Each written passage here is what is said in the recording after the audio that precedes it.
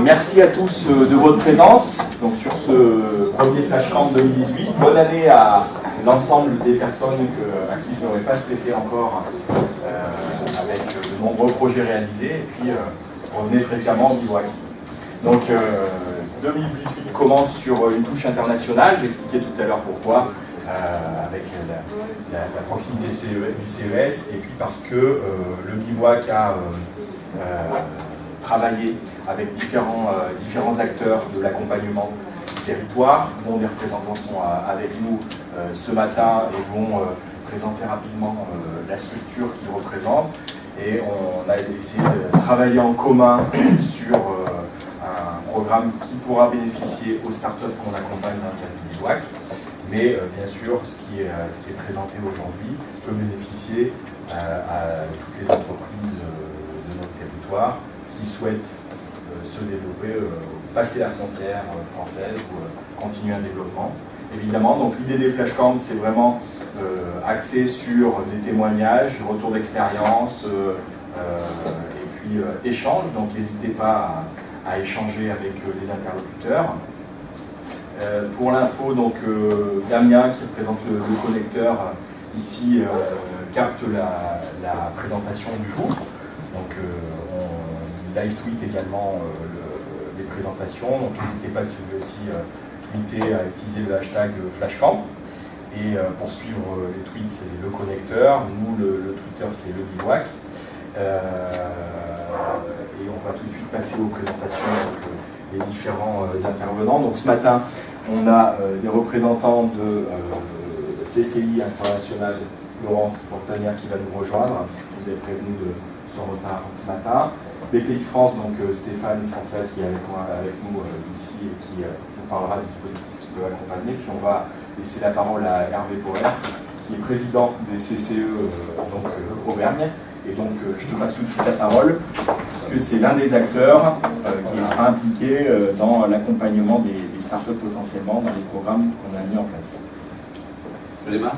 Voilà. Bien, écoutez, mesdames et messieurs, bonjour. Pour ceux qui ne me connaissent pas, je suis dans la vie civile le délégué territorial EDF en Auvergne, en coordination groupe, et donc effectivement, EDF a choisi depuis plus de 10 ans de donner du temps au territoire pour le développement des entreprises, et une des actions que l'on fait, c'est d'aider le fonctionnement des conseillers du commerce extérieur. Alors qu'est-ce que les conseillers du commerce extérieur, dont je suis le président du comité Auvergne et du vice-président du comité Auvergne-Rhône-Alpes, qui regroupe 150 entreprises, et parmi les belles entreprises de la région, vous en avez d'ailleurs deux, Pierre Biel qui interviendra tout à l'heure, qui est CCE, et Maxence de Jonquer qui va nous rejoindre cette année.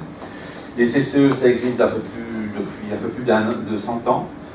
C'est une institution qui a été mise en place par le gouvernement pour faciliter la relation des entreprises avec des chefs d'entreprise, et non pas avec les milieux institutionnels, pour développer les exportations.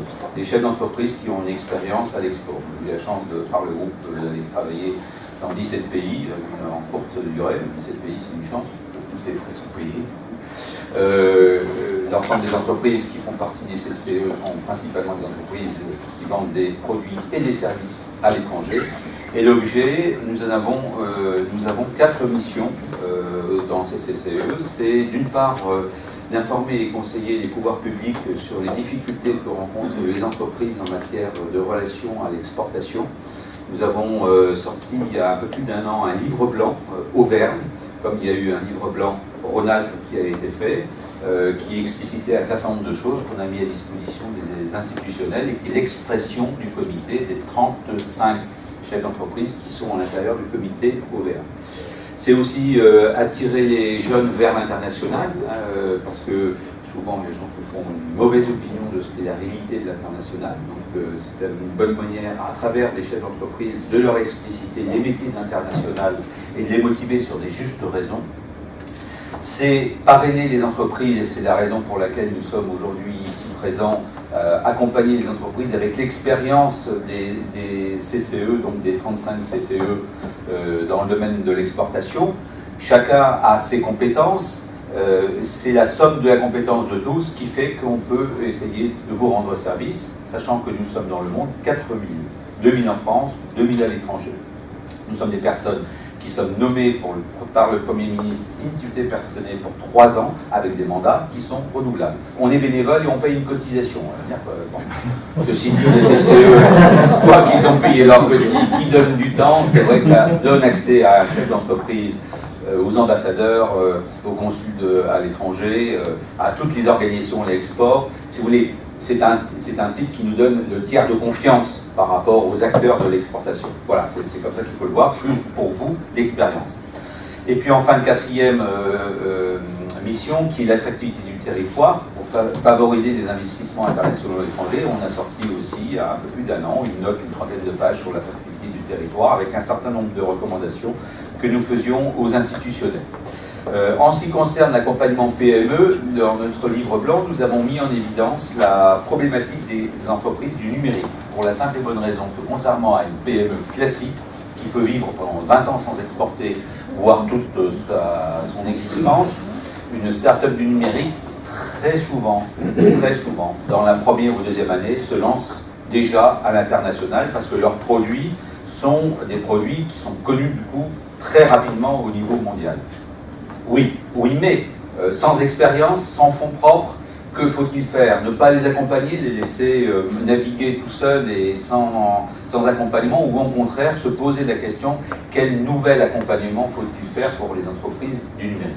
C'est la raison pour laquelle, effectivement, il y aura des témoignages aujourd'hui de CCE. Et puis c'est la raison pour laquelle aussi, dans les dispositifs qui existent, hier soir j'étais encore au téléphone avec Philippe Nicolas, l'ancien direct, ancien patron de l'ADRIR, maintenant ça s'appelle des directs, qui est parti à la retraite, qui vient d'être remplacé, mais qui avait lancé l'initiative de l'opération Export Direct avec le MEDEF et Classe Export. Export Direct, ça traite normalement des primo-exportateurs qui font plus d'1 million d'euros de chiffre d'affaires. Une start-up numérique ne fait pas plus d'1 million de chiffre d'affaires à l'export. Bon, pas à l'export, consolidé. Sauf que je lui en avais parlé il y a un peu plus d'1 an, il en était d'accord, et avec son successeur, j'espère que ça sera pareil. Les dispositifs peuvent peut-être être regardés pour des start-up spécifiquement du numérique, parce que c'est une vraie problématique. Voilà ma présentation globale. Mon rôle aujourd'hui, c'était avant tout de vous présenter ce qu'était cette institution. Je vous ai laissé à chacun, pour ceux qui avaient pu être à l'heure, les autres étaient excusés, un petit annuaire des CCE dans lequel vous retrouvez les missions. Et ce qui est intéressant pour vous, vous voyez quelles sont les entreprises qui font partie de l'institution des CCE, et donc des gens vers lesquels, à travers nous, localement, vous pouvez faire appel. Et puis j'ai un autre document dont je n'ai pas fait une copie pour tout le monde, parce que je pense que tout le monde n'est pas concerné, mais parmi tous les travaux que nous faisons, nous sortons chaque année, en liaison avec les chambres de commerce, nous réalisons, avec l'appui des DF d'ailleurs, nous réalisons la mise à jour, après l'avoir d'ailleurs bâti, d'un annuaire des formations proposant des stages à l'international pour qu'un chef d'entreprise qui a une problématique en se disant j'ai besoin d'un stagiaire de tel niveau, Bac plus 2, pendant combien de temps? Pendant 5 mois. Et pendant quelle période? Eh bien, quel est l'organisme de formation en Auvergne que je peux contacter? Quel est le contact? Quel est son téléphone? Pour que je cherche un stagiaire adapté à ma problématique export. Donc ça, c'est à disposition sur le bureau. C'est aussi normalement en ligne sur le site Laurence des chambres de commerce. Donc vous trouverez aussi de la format numérique. Merci. Je vous remercie de votre attention. Merci Hervé. Donc vous l'avez vu, donc Hervé qui est le président, et puis Pierre qui nous témoignera aussi de son parcours qui est aussi un CCE, donc les interlocuteurs, Maxence le sera, donc les personnes ressources pour les gens qui s'intéressent au sujet. J'invite Stéphane à nous, Stéphane Santier-Androusse, qui représente le BPI France, justement accompagnement à l'international, pour que tu nous expliques rapidement. Bonjour à toutes et à tous. Donc moi je m'appelle Stéphane Santier-Androusse. Je travaille pour cette belle maison qui est BPI France. Je suis référent export pour les 4 départements de l'Aix-Auvergne. Ce que je peux vous dire dans l'immédiat, c'est que vous avez les salutations de Caroline Georges, la directrice régionale. Ce que l'on sait faire, et on sait faire que ça, c'est d'accompagner les entreprises. on les accompagne dès leur plus jeune âge, en création également, sur des volets innovation lorsqu'il y en a, mais lorsqu'il n'y en a pas au sens technologique du terme ou au sens valeur d'usage, on saura également les accompagner. Comment? On intervient en financement, avec des financements classiques ou des financements qui comportent des différés de remboursement de capital en début de période, bien entendu. On sait faire quoi d'autre? Garantir les prêts bancaires faits par les banques aux entreprises. Ce sont les banques qui financent l'économie. On a notre part dans le schéma, mais il faut avoir à l'esprit que l'essentiel du crédit fait aux entreprises en France est réalisé par les banques. Donc, on sait garantir les prêts réalisés par les banques aux entreprises, que ce soit sur un volet création, développement international, innovation, renforcement de trésorerie, on a jusqu'à même 70% de garantie. Donc les outils sont là. S'il y a un message vraiment à véhiculer, c'est appelez-nous en amont. Et lorsque on construit cette chaîne de valeur de l'export pour accéder aux marchés internationaux, il faut travailler de concert, ensemble, comme disait Hervé Poller, et on le fait. Mais il faut le faire encore plus, peut-être plus vite, et surtout être en amont. Voilà. D'autres outils qui sont à votre disposition, parlez-en à vos copains, collègues, confrères, concurrents, chefs d'entreprise, qu'on soit confrères ou concurrents. Chefs d'entreprise, c'est tellement beau qu'il faut s'aider les uns les autres. L'idée, c'est que pour accéder à cette internationale, il y a également des solutions d'assurance prospection. Alors selon la taille de l'entreprise et puis un petit peu la voilure, la dimension de votre voile, il y aura un ou deux outils plus ou moins accessibles. Et ça s'appelle l'assurance prospection. L'idée c'est qu'au terme d'une démarche temporellement identifiée, s'il n'y a pas un succès commercial, vous ayez une quote-part de remboursement jusqu'à 65% d'indemnité d'assurance. C'est un principe assurantiel. Il y a également d'autres outils qui peut être lequel vous créez une filiale au grand export, c'est-à-dire hors Europe. La maison peut garantir 50% des fonds propres investis dans cette filiale, que ce soit en création de filiale ou en recapitalisation, augmentation de capital de cette filiale.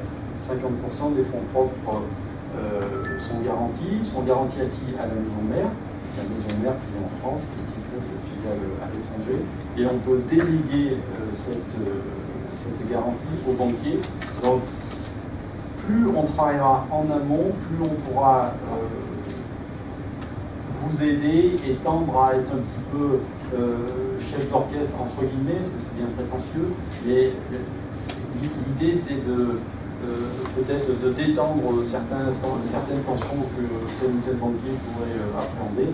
Et ce qu'il faut lire, c'est le résultat final, c'est-à-dire que le chef d'entreprise soit accompagné, financé et dans un esprit de pérennité. Encore une fois, un autre outil, vous trouvez un bon de commande à l'export, fabrication, temps de fabrication, approvisionnement, besoin en commandement, etc. Il existe des outils qu'on appelle préfinancement. Ça se passe comment? Ça se passe bien si tant est qu'on le drive comme il faut. La banque préfinance, elle va être garantie à 100% par BPI Assurance Export dans le cadre d'un certain modèle, lorsqu'elle est PME et lorsqu'elle est ETI, 80%. Donc, franchement, on est dans un pays, comme on dit, où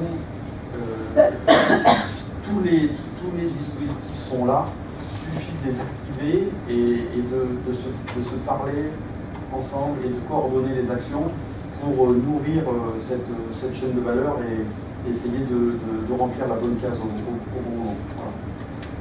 Encore bravo pour les chefs d'entreprise qui nous donnent raison d'exister, parce que nous on fait que ça, on sait faire que ça.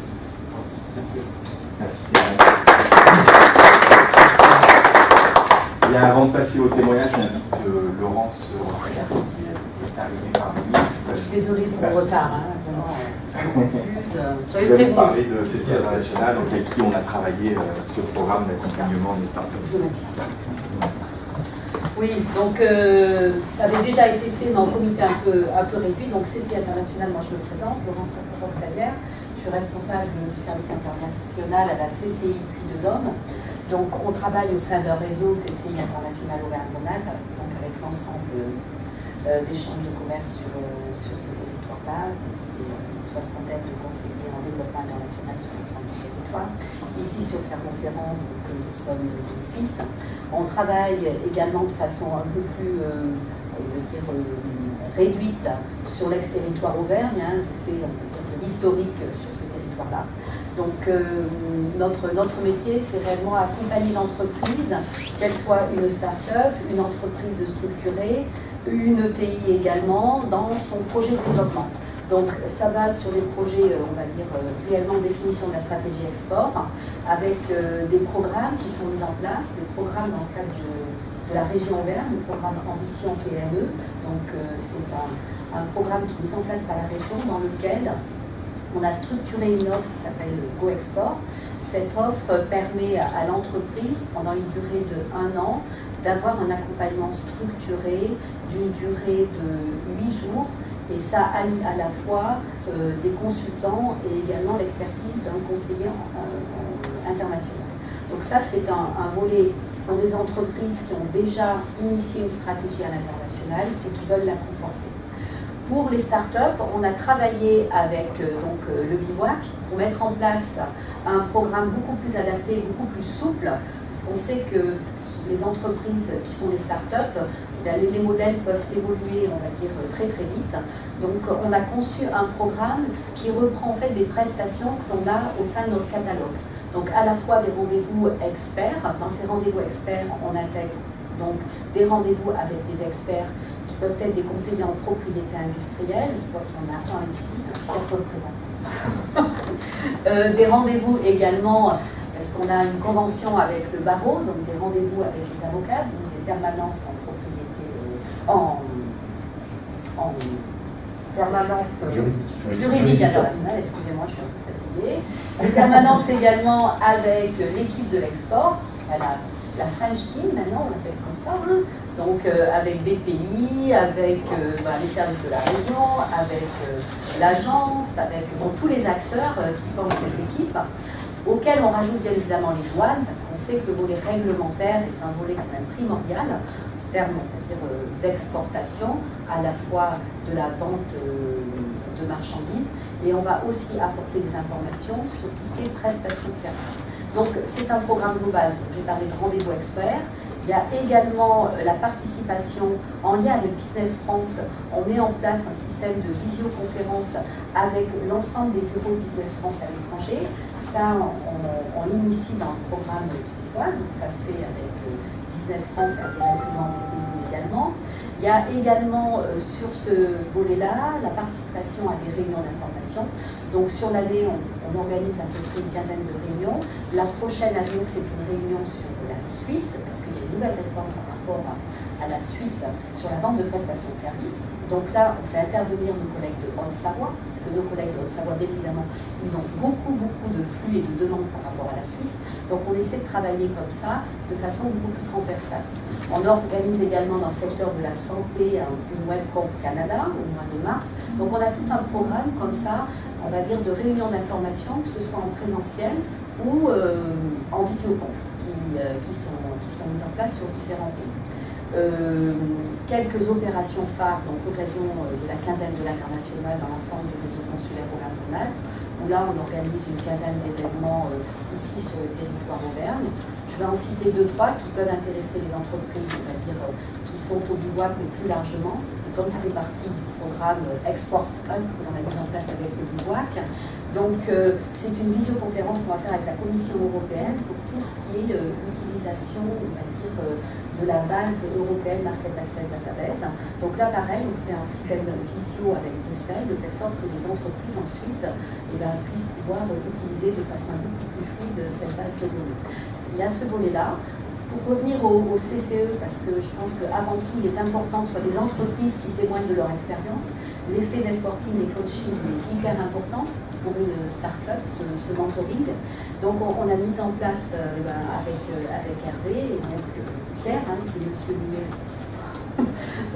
la mise en place, on va dire, d'opérations, on a appelé ça Challenge et Voile International, où les entreprises viennent pitcher devant les acteurs de cette team export, mais également des entreprises pour ensuite obtenir un parrainage d'un CCE. Donc il y a réellement cette logique, on va dire, de construction ensemble pour mieux accompagner les entreprises sur l'international. Dans ce programme Exportup, pour en finir, je n'irai pas plus loin, on a également une séquence formation, donc dans laquelle, avec nos collègues de CCI Formation, on propose des formations qui peuvent être des formations en langue, mais également des formations plus basiques en commerce international, en formation sur tout ce qui est moyens de paiement. Et donc ça, c'est le premier volet, le volet, on va dire, préparation France, avec ce volet accompagnement structurant plus formation. Et il y a un volet passage de frontières dans lequel on va aider l'entreprise à identifier le meilleur partenaire. Donc ça peut être via tout le réseau French Tech à l'international de Business France, mais ça peut être aussi d'autres acteurs. Et dans ce cadre-là, on va travailler avec la French Tech Métropole pour proposer réellement des salons ou des missions qui sont adaptées à vos besoins. Donc on a identifié déjà, mais là on est très court en délai, le World Mobile Congress qui a lieu à Barcelone. Donc ça c'est fin février, sachant que pour s'inscrire dans la base de données et participer au matchmaking event, c'est avant le 12 février. Donc on est très court en délai. Donc on doit se revoir pour essayer d'avancer, pour que également sur le passage de frontières et mise en place de missions à l'étranger, on ait quelque chose qui soit fait assez rapide. Je laisserai le programme, je laisserai notre présentation et je suis à votre disposition.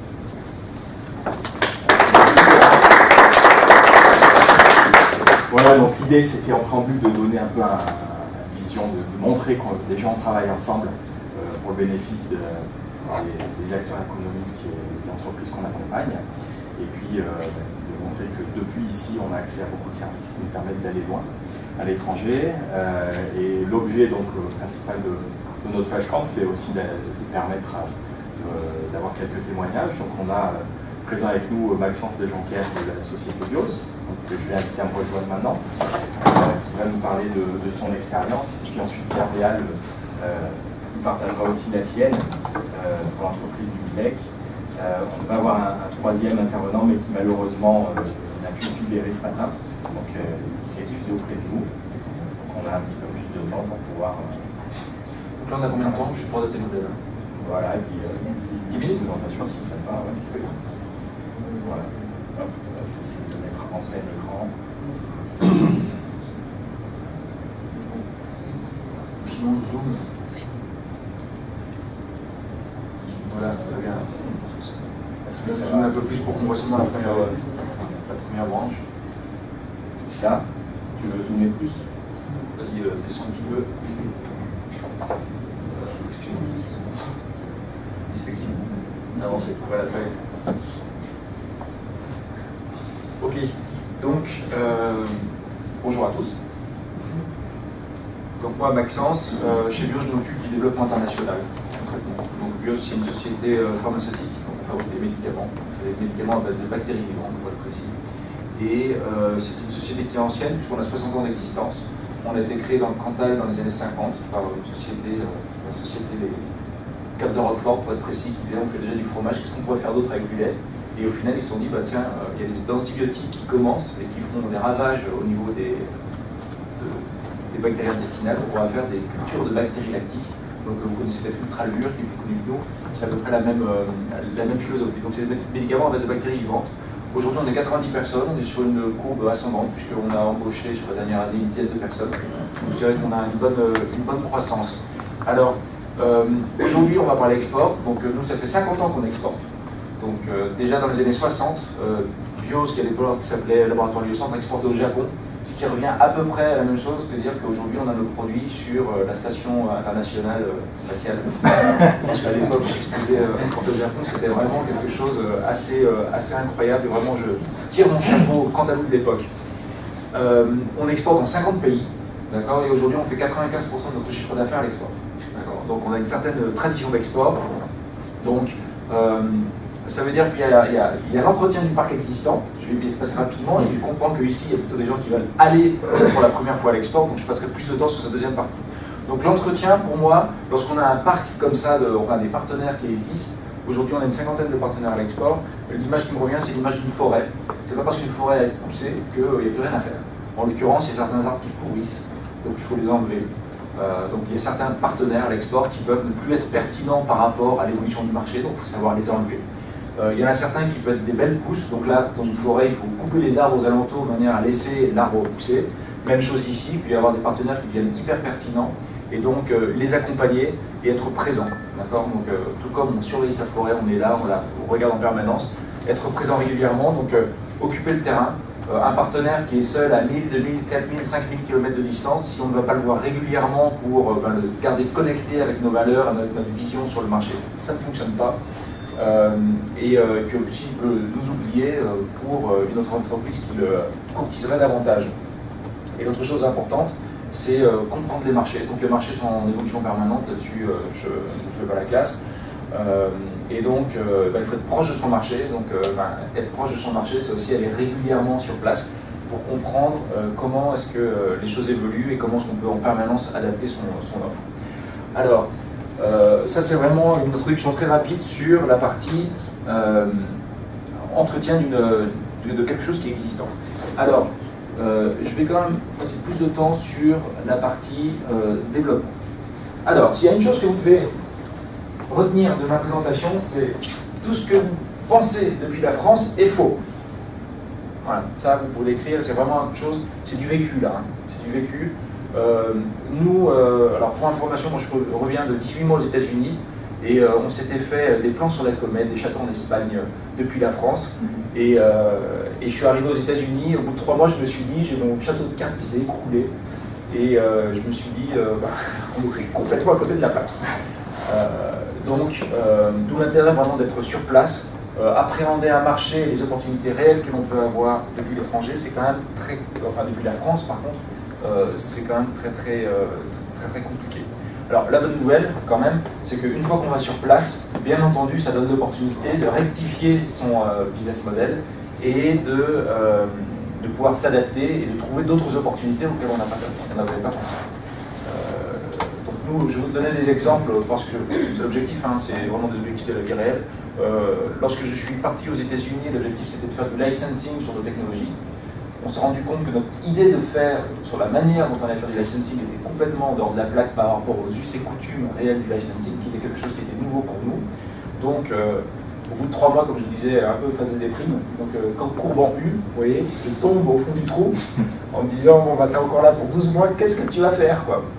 Et ensuite, en étant en contact avec le marché, on s'est rendu compte qu'il y avait d'autres opportunités qui se présentaient à nous. Donc en l'occurrence, on a développé une activité de prestation de services que l'on n'avait pas du tout identifiée. Et on s'est rendu compte qu'on était une des seules sociétés au niveau mondial à avoir la chaîne de valeur de développement d'un médicament à base de bactéries vivantes, depuis la R&D jusqu'à la fabrication d'eau clinique et d'eau commerciaux, tout ça sous un seul et même toit. D'accord ? Je ne rentre pas dans les détails, mais en tout cas, le fait d'avoir été proche du marché, vraiment de s'y plonger, de s'y immerger, nous a permis d'identifier une opportunité. Alors, aujourd'hui, on est dans 50 pays, mais il y a 200 pays sur Terre. Donc, en gros, on est seulement dans 25% du potentiel, d'accord ? Au moins au niveau numérique. Donc, c'est-à-dire qu'aujourd'hui, on est encore dans des problématiques de marché où on n'est pas. Et donc, il faut y aller. Le mot-clé, là, c'est la préparation. D'accord. Préparation en amont.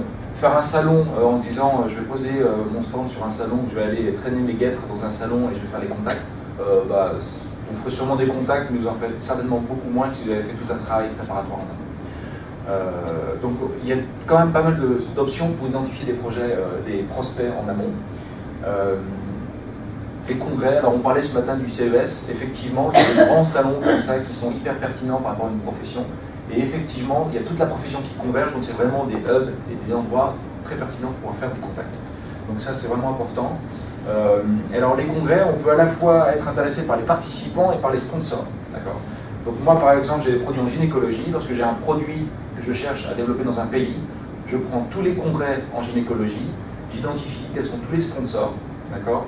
Et si jamais l'information n'est pas là, je téléphone à l'organisation qui fait le sponsor, le congrès, et je lui dis, votre congrès est génial, j'aimerais vraiment y participer et avoir un stand, être sponsor moi-même, mais je voudrais que vous me donniez la liste des sponsors que vous avez eus sur les 2 dernières éditions, juste pour m'assurer que c'est pertinent par rapport à moi. Dans la pratique, le gars, bien entendu, donne la liste, et en réalité, j'obtiens l'information que je veux. En l'occurrence, les sponsors à des congrès de gynéco, potentiellement, c'est mes propres distributeurs plus tard. D'accord. Tout comme les participants, ça peut être intéressant. Donc là aussi, il y a des congrès qui sont hyper pertinents. Certains vous donnent la liste des participants en avance, d'accord. D'autres vous donnent au moins la liste des sociétés qui vont être présentes. Des fois, il faut les gratter un petit peu, mais ils arrivent à le donner. Et d'autres vous donnent rien du tout. Mais là, moi, mon approche, c'est que je prends toutes les sociétés avant le congrès. Donc, c'est des congrès qui sont petits, hein, de 200 participants, pas plus. Je les repasse tous un par un sur LinkedIn. J'identifie les personnes qui sont intéressantes et j'arrive au congrès avec un trombinoscope et je sais que parmi les 200 personnes, j'ai 20 personnes à identifier et à trouver et j'ai leur tête. Et donc pendant les présentations, je ne regarde pas les diapositives, je regarde l'assemblée, j'identifie mes cibles et comme par hasard au café, je suis à côté des personnes avec qui je veux parler et je leur dis tiens, est-ce que vous voulez du sucre? Et voilà, une conversation, je les connais parfaitement, je sais ce qu'ils font et donc je deviens hyper efficace dans la première prise de contact. Toujours dans l'identification de prospects, il faut être créatif. Donc moi je suis dans la gynécologie, je cherche un listing de tous les médicaments en gynécologie et ça me permet de voir quels sont les grands acteurs de mon marché et ensuite de les identifier pour les contacter. Et ensuite il y a beaucoup de données qui sont de données de marché qui peuvent être accumulées à distance et tout ça, ça permet de beaucoup préparer et d'aider à identifier des personnes. Autre chose dans la préparation, c'est identifier vos concurrents. Alors, là aussi, je suis trop loin. Avant de faire mes prestations de service, j'ai contacté toutes les sociétés concurrentes, je leur ai demandé des devis à tous, puisque j'étais potentiellement client pour eux. Moyennant quoi, maintenant, j'ai toutes les conditions commerciales de mes clients, de mes concurrents, et bien entendu, ça aide. Donc, il ne faut pas hésiter à être un peu filou des fois. Autre chose qui est vraiment importante, et là aussi, c'est du vécu, faites-vous aider. Il y a énormément de structures, donc là vous en avez eu plusieurs avec des présentations de l'ordre, des pays, etc., qui sont vraiment très efficaces. Moi, quand j'étais aux États-Unis, j'ai bénéficié des CCE, et ça m'a vraiment sorti de l'ornière à un moment où j'étais en train de faire des ronds dans mon bocal. Donc il y a énormément de structures, utilisez-les. Et enfin, rencontrer du monde. L'entrepreneur qui sort s'en sort. Ça c'est aussi un dicton qui est assez pertinent, je pense. Parlez avec vos pairs, parlez avec vos concurrents, parlez avec vos clients. Ne sous-estimez surtout pas tout ce qui est networking et social media. Si vous n'êtes pas sur LinkedIn, c'est une erreur. Participez au congrès, au salon, le CES en était un bon exemple. Et ensuite, en termes de conseils,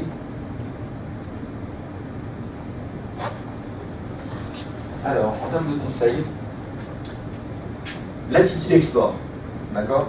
Donc l'attitude export, pour moi, c'est être culturellement attentif. En étant à l'export et avec des gens qui ne sont pas de votre culture, vous serez potentiellement amené à faire des choses que votre maman vous a dit toute votre enfance de ne jamais faire. D'accord? Mais ça fait partie de l'interculturalité et il faut être capable. Vous allez aux États-Unis, les gens vous disent bonjour comme ça, vous écrivez en c'est etc. Alors que là-bas, c'est high five. Et voilà, donc c'est des petits détails, mais ça peut, ça a son importance. Comprendre aussi la culture, les gens fonctionnent de manière complètement différente. Ouverture d'esprit, ça rejoint ce que je vous disais. Vous venez avec une idée en tête, mais peut-être que l'opportunité réelle, elle est à côté de ça, ou elle est fortement différente. Donc soyez ouverts d'esprit, lorsque vous allez à l'export et identifiez les solutions pour vous, allumez tous vos radars possibles, prenez toutes les informations possibles, et à partir de là, analysez-la de façon stratégique pour pouvoir définir finalement quelles sont les meilleures opportunités que vous pouvez avoir. Et le dernier conseil, c'est soyez structuré. Alors, déjà, ayez vos process en interne qui soient au clair. Si vous n'êtes pas capable de livrer à un client en France, commencez par apprendre à livrer un client en France, avoir un process qui soit performant, et puis ensuite aller l'explorer. Il faut que vos procédures internes sur l'administration des ventes soient à peu près en place. Soyez financés, donc là vous avez BPI France qui est là pour ça entre autres.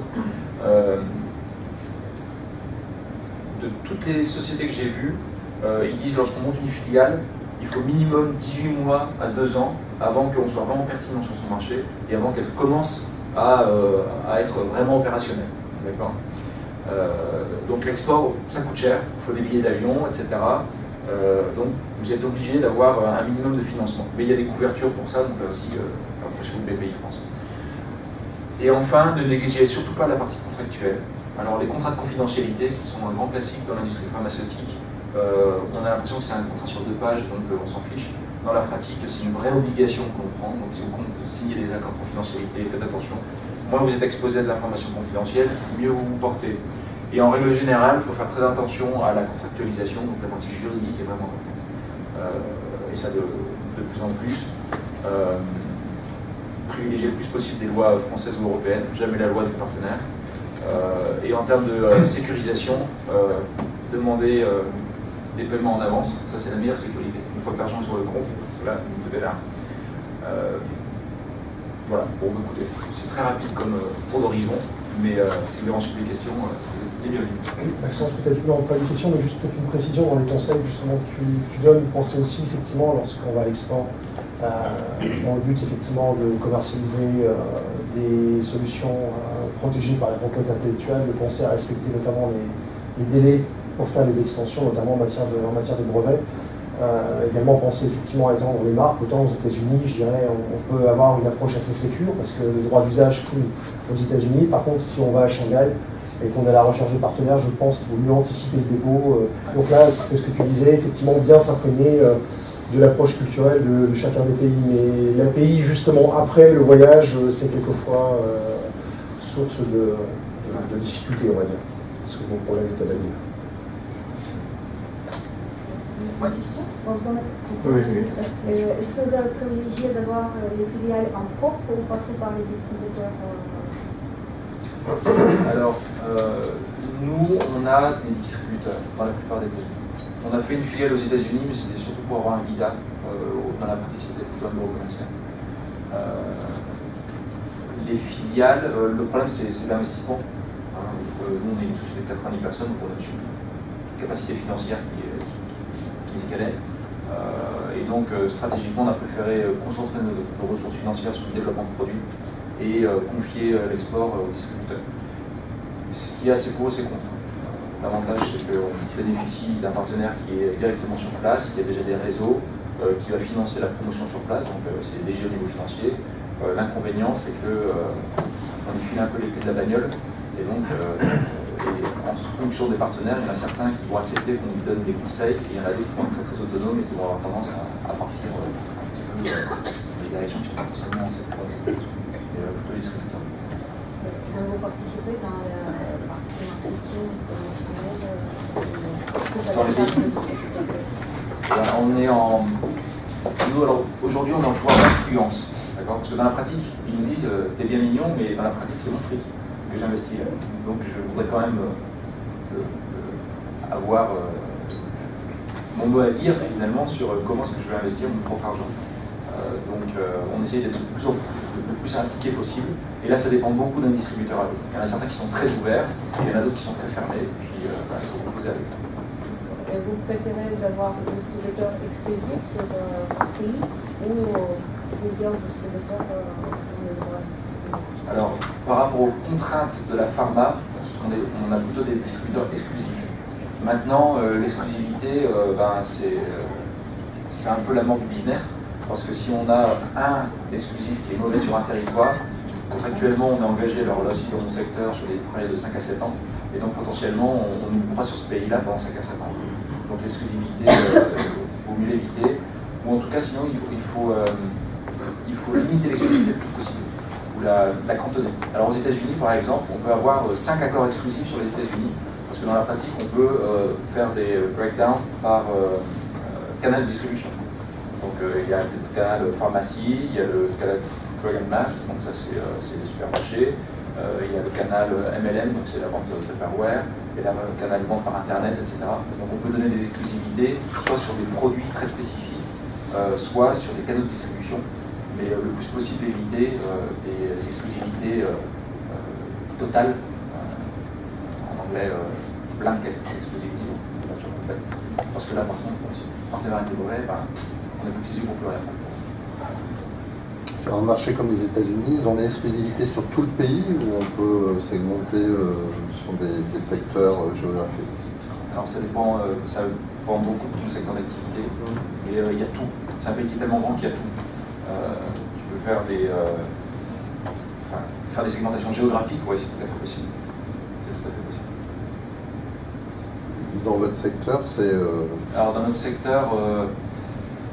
secteur, on était plutôt sur des accords. Alors, on cherchait des partenaires nationaux, mais sur un canal de distribution en particulier. Vous avez des problèmes avec l'export gris? Pardon? Vous avez des problèmes avec l'export gris et quand les distributeurs commencent à livrer dans un autre pays? Ah, les importations parallèles, etc. Pas trop. Parce que il y a des aspects réglementaires. Donc nous, on fait des médicaments, donc c'est hyper réglementé. Donc ça stabilise un petit peu les choses. Et puis on fait des packaging qui sont personnalisés par langue. Donc en imaginant qu'il y a un partenaire X qui commence à exporter dans un pays Z, ça va être son nom sur la boîte, et donc ça va pas être très compliqué d'identifier la suite. Sinon il y a les numéros de clos, etc. Je reviens à la même chose, avoir ces process qui soient en place, être bien structurés en interne. Au pire, on aurait les numéros de lot et on sait tel numéro de lot, on l'envoyait à tel endroit. Et donc là aussi, on pourrait faire la police assez simple. Combien de personnes À l'international, aujourd'hui, on est 4 personnes. 2 personnes pour l'administration des ventes, 1 personne qui s'occupe de l'Afrique. Moi qui m'occupe du monde, ça fait pas beaucoup comme ressources pour être honnête, et on doit probablement embaucher 1 ou 2 personnes d'ici la fin de l'année parce que aujourd'hui en termes de suivi, ça je ne l'ai pas forcément dit, mais il faut être toujours dans le suivi. Et en étant seul aujourd'hui, je ne suis pas assez dans le suivi. J'éteins les incendies, saute d'un problème à l'autre, mais je ne fais pas le suivi de fond et ça c'est pas bon. C'est embêtant pour la forêt. Comment? C'est embêtant pour la forêt. Ouais, c'est ça, j'ai le froid qui voilà. Merci beaucoup, Maxence. Et donc j'invite Pierre Léal, qui a fait des Unitech, à partager son expérience également. Alors j'ai pas le temps de faire une aussi belle présentation, moi je suis impressionné. Alors nous, Newtech, on a 2 grandes activités. Donc on a une activité qui est de la vente de soft et de logiciels numériques et une activité prestation de services. L'export, on ne va pas le considérer de la même façon suivant qu'on soit dans l'expertise de la vente de services et dans la vente de logiciels. Qu'est-ce qu'on fait concrètement? Bon, la modélisation, le logo est un peu vieux, mais on fait de la modélisation des événements atmosphériques. Voilà, ça fait partagement. En gros, on fait des systèmes de prévision de la qualité de l'air. Je peux vous dire déjà que dans cette salle, il ne faudra pas qu'on y reste trop longtemps. Je ne suis pas sûr que l'air qu'on est en train d'y respirer soit très bon, de manière très chargée. Donc voilà, notre métier c'est d'installer sur des villes ou sur des sites industriels des systèmes de prévision des rejets des villes ou des sites. Donc sur les villes, on équipe à peu près 35 000, une vingtaine de villes en France et une dizaine dans le monde, on tourne à 35. Et sur les sites industriels, alors là on a quand même pratiquement exclusivement sauf un des clients français, mais pour des sites qui sont n'importe où dans le monde. Donc on leur pose des systèmes de prévision de leurs rejets. Tout type de rejet. Donc voilà un petit peu nos métiers. Pourquoi l'export pour nous? Parce que tout à l'heure, je vous disais l'export, il y a 200 pays, on peut faire plein de choses. Nous, l'export, pourquoi? Parce que le marché interne, c'est aussi une des problématiques des boîtes françaises versus des boîtes américaines, c'est que le marché interne, il n'est pas très grand. Typiquement, sur la partie urbaine, on a 12 clients potentiels en France. Voilà. Donc une fois que vous avez 12 clients dans votre portefeuille, c'est réglé, il faut aller voir ailleurs. Donc on a créé la boîte en 2000, je dirais en 2005-2006, voilà, on avait 12 clients français. Ok, on était contents, on avait une vingtaine de villes équipées, c'est tout ce qu'on peut à peu près équiper Alors c'est très lié à la structure du marché, hein. Il n'y a pas 12 villes en France. Sauf qu'il y a 12 entités qui gèrent toutes les villes françaises, et qu'une fois que vous avez vendu à ces 12-là, vous n'avez plus trop de possibilités. Et ces 12 entités n'installent que les villes qu'elles souhaitent installer. Voilà. Donc, elles installent les grandes villes, les capitales, parce que ça fait bien d'avoir des systèmes de cohésion territoriale sur Paris, sur Marseille, sur Clermont, sur Bordeaux. Après, les petites villes, n'adviennent que pour moi, c'est un petit peu moins fun. Donc on avait 12 clients, et puis les grands industriels français ayant des grands sites industriels encore en fonctionnement en France et en développement, c'est pareil, ça se comptait un peu sur les doigts d'une main. Donc une fois qu'on a installé les raffineries Total, les usines de traitement d'eau, les centrales EDF, on avait fait à peu près le tour des sites qu'on pouvait installer en France. Et donc rapidement on s'est dit, soit on change de métier, soit on évolue dans nos technologies, soit on va à l'export. Donc nous, on a choisi une stratégie feignante en se disant, on va commencer par l'export, pas vraiment export, on va se faire le magasin. Voilà, parce qu'on parle pas la même langue, culturellement on est très différents, mais enfin quand même, on se retrouve encore sur nos aspects. Donc on a attaqué le Maroc, où ça s'est d'ailleurs bien et mal passé à la fois. Pourquoi bien et mal passé? Parce que, alors, la spécificité qu'on a sur nos marchés, c'est qu'on, comprenez pas mal ce que je vais dire, c'est qu'on va pouvoir vendre sur les pays africains nos produits d'avant, nos anciens produits. Les produits qu'on a développés dans les années 2005, 2006, 2007. Et on développe sur les marchés européens et français de nouveaux produits, et américains. Ce qui nous permet d'avoir un cran d'avance pour le futur, notamment en Afrique. On va vendre au Maroc nos anciens systèmes. Non pas qu'ils soient moins bons, c'est qu'ils répondent à une réglementation qui est en train d'apparaître dans le domaine de l'air au Maroc, alors qu'ici, la réglementation est très nettement au-dessus, et les industriels ne sont plus à se contenter à respecter la réglementation, ils ont décidé de la devancer, ils font des choses en plus. Donc on répond à leurs besoins ici. Donc on a été vendre nos anciens systèmes au Maroc, et je dirais que quelque part il y a aussi deux types de clients. Alors vous c'est peut-être plus simple, l'export c'est pas simple, mais c'est plus simple au sens où nous on peut avoir plein de clients différents. On a des grands industriels, on a des collectivités locales et des bureaux d'études. Des bureaux d'études qui nous sous-traitent leurs études, des grands industriels qui installent leur site et des villes qui veulent s'équiper. Alors, ceci dit, la problématique grands industriels versus entité publique, on la retrouve un petit peu aussi en France, j'allais dire. C'est d'un côté, vous avez quand même un industriel, un grand industriel qui donc nécessairement, nous on s'adresse aux grands groupes. C'est-à-dire que nos clients c'est Total, c'est Suez, c'est Veolia, c'est EDF, c'est Areva, le Maroc c'est le CP, voilà, c'est des groupes mondiaux. Donc ces groupes mondiaux, ils sont extrêmement structurés et ils ont, en termes de fonctionnement, ils fonctionnent, il n'est pas à l'européenne, ils fonctionnent tous de la même façon, c'est très, très structuré, ça avance, ça paye rubis sur l'ongle quand le boulot a été bien fait, on n'a pas de souci. Et puis les collectivités locales. Alors déjà, les collectivités locales françaises, pour les faire payer, c'est pas toujours simple. Mais alors les collectivités locales, notamment dans les pays africains, alors là, c'est pas simple du tout. Et donc, puisqu'on peut aussi fonctionner par anecdote, nous, quand on a commencé, on a été au Maroc pour l'OCP. L'OCP, je sais pas, c'est l'oxychérifien des phosphates, c'est le leader mondial de l'industrie du phosphate. On a répondu à un appel d'offres. À l'époque, bon, merci le pays, parce que sans les préfinancements, on n'aurait pas pu accepter le marché. Alors, le chiffre d'affaires d'entreprise était à l'époque d'environ 1,2 million, et c'était un marché de 800 000 euros.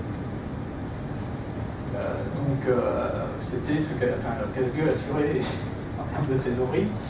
Donc, on a bénéficié d'un préfinancement de BPI, qui nous a permis d'accepter le marché, parce qu'en fait, on s'est posé la question. Quand le CP nous a appelé, nous a dit vous êtes retenu, vous installez tous nos sites. On s'est dit ouais, mais est-ce qu'on accepte? Parce que est-ce qu'on ne va pas y laisser en fait la peau de la boîte? On n'est que 16 personnes, hein, beaucoup plus petite entité. Le préfinancement nous a permis d'accepter le marché, de faire le marché. Bon, ça s'est très très bien passé, puisque je ne sais pas si vous avez vu un peu les news, on est sur LinkedIn. On vient d'avoir d'autres sites, le CP vient de confier d'autres sites et d'autres types de systèmes. Donc on s'est dit, on va s'attaquer maintenant aux villes, on va aller installer nos systèmes sur les villes. Et à ce moment-là, le ministère de l'Environnement marocain a lancé un grand appel d'offres, on s'est dit, on va travailler avec un ministère, c'est super, le CP, c'est un bon marché. Et puis on a un petit peu demandé à des gens, puisque pareil, il faut aller discuter un petit peu avec des concurrents ou des partenaires, en disant comment ça se passe, le paiement avec les collectivités locales marocaines. Très très bien, il faut compter 3 ans. Ah ouais. Pas particulier, nous, ça va bien se passer. Et bien, ça fait 2 ans et demi qu'on a posé le système, et on n'a pas été, toujours pas été payé de l'avance de 10% qu'ils avaient finalement accepté après beaucoup de combats. Donc autant donner vous dire, pour reprendre ce que tu disais, c'est qu'il faut avoir du cash pour aller à l'export. Soit il faut être accompagné, soit il faut avoir du cash, mais ça coûte très cher, parce que ça coûte les billets d'avion. Mais en ce qui concerne notre production, je pense que c'est un peu pareil, vous ne pouvez pas vous faire payer 100% l'essence du camion. Ça coûte la trésorerie pour tenir le temps que le client dise tiens, tout compte fait, on va payer. Donc nous, ça fait 2 ans et demi, c'est quand même un marché de 120 000 euros, à l'échelle de Compost Commune, c'est pas rien. Et on n'a rien. On attend toujours. Donc on sera payé, je pense que c'est le ministère de l'Environnement, il n'y a pas de doute, mais un jour c'est le directeur du Trésor public qui a été muté, qui a été viré, le lendemain c'est le directeur de l'Environnement qui a été viré, le surlendemain c'est le gouvernement qui a changé, 3 jours après le roi a décidé de geler les paiements pendant une semaine, enfin voilà. Après il manque une virgule, il manque un truc. Donc l'export, il faut s'attendre à ce genre de blague, on va dire. Après, on travaille dans d'autres pays africains, Sénégal, Nigeria, Angola. On n'a pas eu de souci de paiement, on a été payé rubis sur l'ongle. Mais faut faire attention. On travaille aussi un petit peu avec l'Est, c'est pareil. Même les industriels, le paiement, des fois c'est un petit peu spécial. Demander 50% en plus à la commande quand vous êtes une grosse structure, vous avez un produit un peu important pour le client, ça va. Quand vous êtes un des prestataires de services, vous n'avez pas le produit du monde qui va révolutionner le monde, demander un paiement à la commande, vous pouvez. Tout comme imposer que ce soit la loi française, vous pouvez essayer. Quand j'ai essayé avec l'OCP, le juriste de l'OCP, il m'a regardé, là. On fait juste 18 milliards. Moi, ouais, mais ça sera à Paris? Non. Bon, d'accord. Ça sera où? À Casa, d'accord. Donc voilà, il y a vraiment une...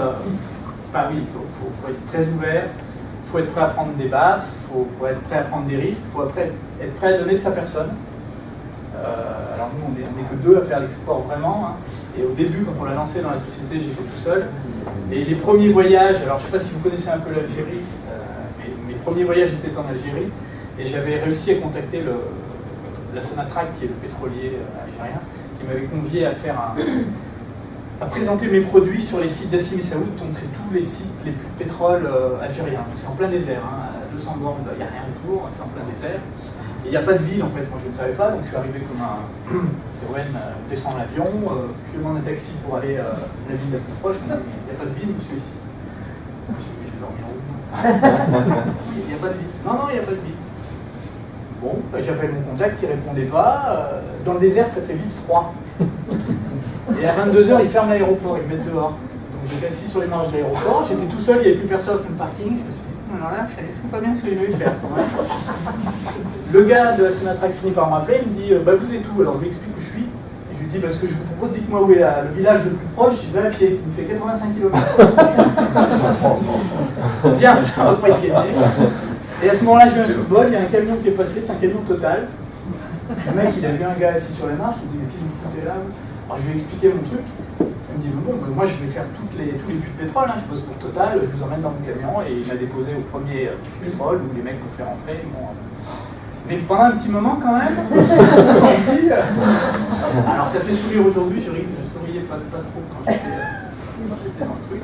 Voilà, mais on fait des choses sympas. L'export permet de s'enrichir. Moi l'export m'a apporté, ça nous a permis de développer le chiffre d'affaires et de passer notamment une phase difficile de la société dans les années 2010. Ça nous a fait redémarrer parce que ça nous a beaucoup servi pour notre image en France aussi. Et ça apprend énormément, même sur son marché en fait. C'est quand on revient d'un pays, ou même les États-Unis, où on travaille un petit peu en ce moment, on a une vision différente des choses et ça apporte, même pour ces marchés locaux.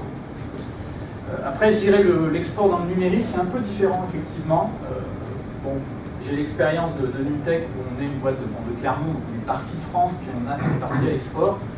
Je suis engagé dans un autre projet d'une société parisienne, que j'accompagne un petit peu pour l'instant, où la stratégie est inverse. C'est-à-dire que c'est une boîte qui est à la fois en Californie et en France, il y a 2 ans de pied, et où on a dit tout de suite, on va partir, on va se présenter worldwide. On n'est même pas une boîte française américaine, on est une boîte mondiale. Et c'est vrai que ça marche bien, mais par contre, ça demande énormément d'efforts pour aller voir tout le monde. Il faut être présent, il faut aller discuter. Et puis les gens pensent que vous êtes worldwide, vous êtes pas worldwide. On vous appelle demain matin, on peut se voir. Ah ouais, vous êtes où? Ah, à Berkeley. Je vais essayer, ouais.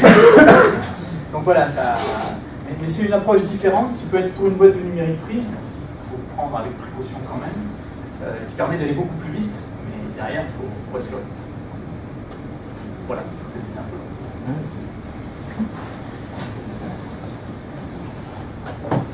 Est-ce que des gens ont des questions sur... Tu t'es projeté comment l'international? Une question tout à l'heure avec des distributeurs, tu y allais en propre. Alors, à l'international, on a, comme j'ai dit, on a la stratégie des feignants, hein, donc Maghreb, on y a été en propre. Ensuite, on a créé une filiale au Maroc. Et puis, dans les pays de l'Est, on a trouvé des distributeurs. Alors, nous, dans notre métier, on a une chance, c'est qu'on a un gros concurrent qui est une filiale d'EDF, mais qui a une spécificité, c'est qu'elle fait beaucoup de mécontents et c'est un de nos meilleurs commerciaux. Et pour le développement à l'export, elle nous a énormément aidé en fait. Parce que en Roumanie, elle est passée, elle a planté le distributeur, le mec il était engagé avec un gros industriel roumain, donc il a cherché où est-ce qu'il pouvait trouver une boîte qui faisait la même chose. Il est tombé sur nous, boum, il est devenu notre distributeur. Maroc, pareil, en fait, à l'origine, le CP voulait travailler avec nos concurrents parce qu'il avait machin. Ils ont fait une préétude, ça s'est pas bien passé, le CP a cherché qui pourrait me faire ça. Voilà.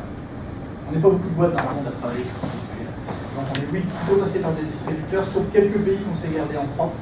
Le Maroc, les États-Unis, parce qu'on y avait pas mal de contacts.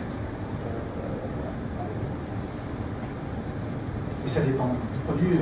Typiquement pour la prestation de service, on s'est rendu compte que ça ne servait à rien. Ça ne sert à rien parce qu'en fait, on nous a demandé, même au Maroc, de créer une filiale, on nous a dit ça sera super, vous aurez plein de marchés, puis en fait, ils veulent des références. Et ouais, des références qui sont en top en France. Pour les transférer comme ça, autant des produits, ça peut transiter, mais les hommes qui ont l'expérience, ils sont à Clermont. Et donc, du coup, on n'a jamais réussi réellement à lancer des gros. On a les marchés là-bas, mais ils veulent les références ici. Juste pour comprendre votre produit, vous gagnez avec l'argent avec l'installation de vos produits ou il y a aussi une part qui va après-vente? Oui, on gagne sur l'install et puis après on a des maintenances annuelles et on fait aussi beaucoup de développement spécifique pour des sites pas très spécifiques. Donc, en fait, c'est un accompagnement permanent du client. Mais ça, vous ne pouvez pas confier au distributeur? Ah si, sur le CP par exemple, on a deux parties. On a la partie logicielle et on a une partie matérielle, puisqu'il faut installer tous les systèmes météo qui servent d'entrée pour nos modèles. Donc on a des partenaires sur certains domaines très spécifiques qui nous accompagnent en permanence. Si on peut confier une partie des choses, pas toute une partie. Pas tout. Ce qui est bien aussi, ça nous oblige à être en permanence en contact avec ces clients. On voit des besoins émerger plus vite. Et je pense qu'une des principales problématiques, c'est ce que soulignait Maxence, c'est qu'il faut y être. Il faut occuper le terrain, il faut être présent, d'abord parce qu'il faut très vite. Ça, c'est pas partout, c'est pas vrai, c'est pas. Et puis ensuite, quand on n'est pas présent dans le pays, capable d'y aller vite, capable de se présenter vite, ça coince. C'est très important. Donc ça revient pour les financements. Une stratégie à l'export, ça s'élabore. C'est pas un jour je lève, je vais vendre au Maroc.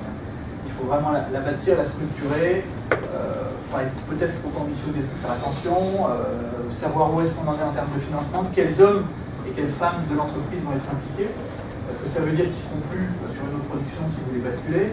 Si vous recrutez, il ne faut pas se bourrer, parce que c'est comme un distributeur foireux dans un pays. Un mec à l'export, il vous flingue le pays ou la zone dans laquelle il est tout aussi vite.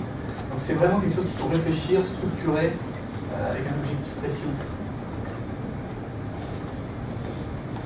Et est-ce que dans cette démarche, en France, vous aviez des grands groupes comme Pillon, parce qu'ils nous ont amenés dans leurs valises à l'export?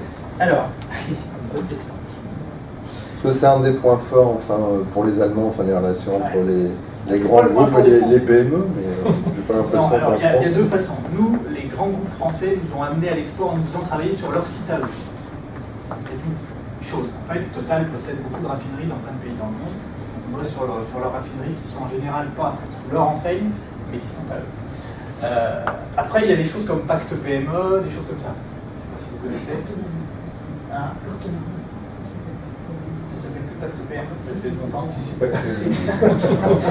Pacte PME, en fait, c'est une grande organisation parisienne qui regroupe tous les grands groupes français et qui a pour objectif de dire si vous êtes fournisseur d'un grand groupe en France, nous allons vous mettre en relation avec la direction générale de ce grand groupe, monde, pour que ce grand groupe puisse vous emmener dans d'autres pays.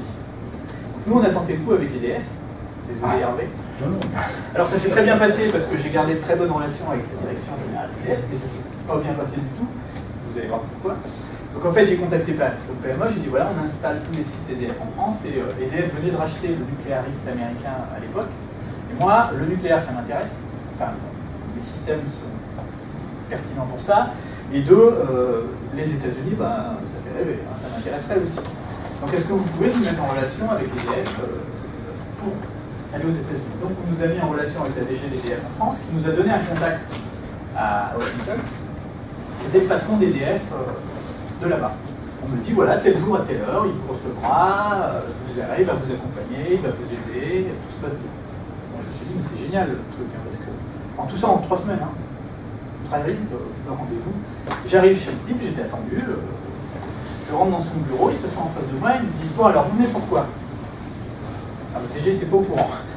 Donc je déballe mon truc, je ne sais pas comment je vais vous aider. J'ai pas de locaux, j'ai pas énormément de ressources humaines, bah, je veux bien vous aider, mais... Alors coup de bol, c'est historiquement quelqu'un qui a fait ses études dans la qualité de l'air. Donc il était intéressé par le sujet. Donc il a fait des efforts, mais sinon... Donc il faut faire attention, parce que je sais qu'il y a des grands groupes avec lesquels ça marche bien, c'est pas EDF qui est en cause, hein, c'était là le fait que... Puis en plus c'était au début du pacte PME, hein, c'était il y a quelques années. Mais bon, après, on ne sait pas bien ce que le grand groupe en attend, hein, c'est un peu comme l'open innovation. Hein. Vous entrez dans le labo d'open innovation de Renault, vous en sortez, en fait vous n'avez plus d'innovation, c'est Renault qui l'a, mais... Oui. Ah, je déborde. Pour bien fréquenter ces gens-là. Donc, mais nous, Total nous a présenté dans certains pays à des pétroliers. Mais voilà, mais ils sont pas, enfin ceux avec qui nous on a travaillé, n'étaient pas très chaud parce qu'ils n'avaient pas en fait, les gens, c'était pas qu'ils avaient de la mauvaise volonté, c'est que les gens sur les sites, dans les pays, n'avaient pas de consignes pour le faire. Donc ils savaient pas de consignes, ça veut dire pas de moyens. Pas de moyens, ça veut dire que c'est leur bonne volonté de nous aider. Il n'y a pas de démarche structurée, de cohorte. Il n'y avait pas à l'époque. Il y a peut-être plus maintenant. Je ne sais pas au niveau d'EDF si ça s'est structuré ou pas. Mais à l'époque, il n'y avait pas trop.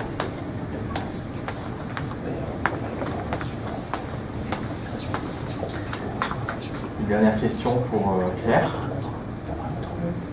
Non, bah, merci beaucoup Pierre pour ce témoignage.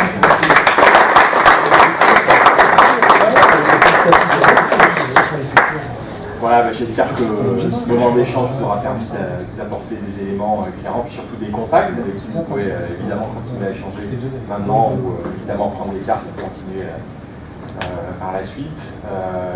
Pour dire aussi que d'autres organismes accompagnent l'internationalisation, dont l'entité dans laquelle on se trouve aujourd'hui, la région.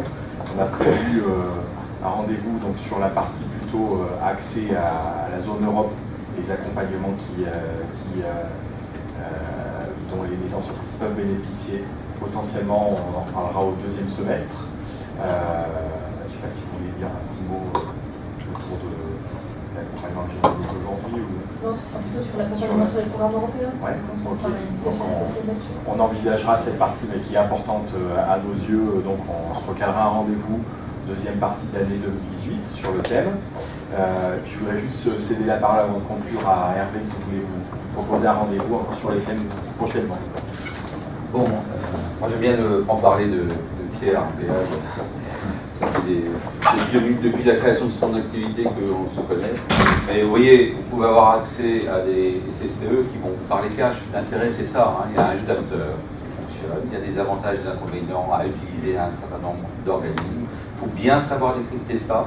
Même en décryptant ça, on peut avoir des surprises. Mais si vous restez dans votre coin, c'est sûr que vous avancerez pas. Donc vous avez 2 portes d'entrée avec les CCE.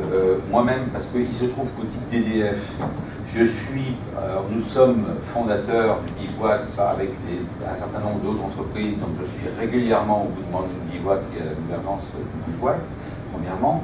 Pierre Béal, au sein des CCE, est le responsable numérique qui porte ce dossier-là, et dans ce que nous ferons au titre du comité, eh bien, ça passera par Pierre.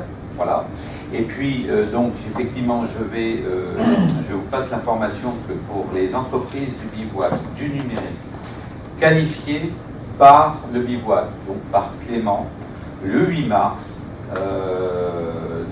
à partir de 16h, vote un jeudi, je crois, à la préfecture, dans les salons d'honneur, nous allons faire, au niveau du comité des CCE, notre assemblée générale. On commence, nous, à partir de 14h30. À 16h, je fais venir le président du comité national numérique des conseillers du commerce extérieur, donc des 4000. Il y a une commission qui fonctionne depuis plusieurs années sur les problématiques de l'export des numériques. Cette personne-là a évidemment une vision des problématiques qui se posent aux entreprises dans le domaine du numérique, qui sera intéressante de partager pour nous, comité, parce que nous souhaitons être plus actifs dans le domaine du numérique, et pour vous, entreprises qualifiées, start-up du numérique pouvant aller à l'export, pour avoir justement une compréhension aussi des contacts que l'on pourra nourrir avec les membres du comité qui seront présents. Donc, à travers Clément, vous y serez invités, ainsi que le bivouac en tant que tel. Donc, c'est le 8 mars dans les salons d'honneur de la préfecture. Monsieur le préfet vient la première demi-heure, même des fois il reste une heure à notre assemblée générale, reviendra peut-être sur le thème du numérique, ça serait lui qui choisira si ça l'intéresse ou pas. Voilà, hein, donc c'est une occasion d'avoir l'ensemble des partenaires. Sachez qu'au sein du comité, nous invitons systématiquement, et ils sont présents systématiquement, les CCI, c'est Laurence qui vient, le conseil régional, BPI, Caroline Georges, la directrice, vient systématiquement, et puis Business France. Donc on a chez nous, on a la chance en Auvergne de fonctionner de manière étroite, parce que c'est une petite famille, les gens se connaissent, etc.